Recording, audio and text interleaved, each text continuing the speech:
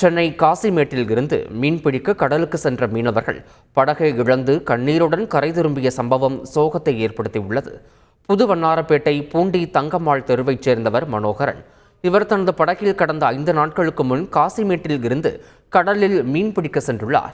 படகில் மனோகரனுடன் சேர்ந்து 6 மீனவர்களும் பயணித்துள்ளனர். இந்த படகில் திடீரென சேதம் ஏற்பட்டு கடல் தண்ணீர் உள்ளே புகுந்துள்ளது. மனோகரன் வாக்கி டாக்கி மூலம் மீன்வளத்துறை அதிகாரிகளுக்கு தகவல் தெரிவித்ததாகவும் அதிகாரிகள் மெத்தனம் காட்டியதாகவும் கூறப்படுகிறது. இந்நிலையில் அருகில் இருந்த படகில் இருந்தவர்கள் மூழ்கிக் கொண்டிருந்த மனோகரனின் படகில் இருந்த அனைவரையும் மீட்டனர். 20 லட்சம் ரூபாய் மதிப்புள்ள படகை இழந்த நிலையில் மீனவர்கள் பெருந்துயருடன் கரை திரும்பினர். அவர்களுக்காக மீனவர்களின் குடும்பத்தினர் கண்ணீருடன் காத்து கொண்டிருந்த சம்பவம் சோகத்தை ஏற்படுத்தியது.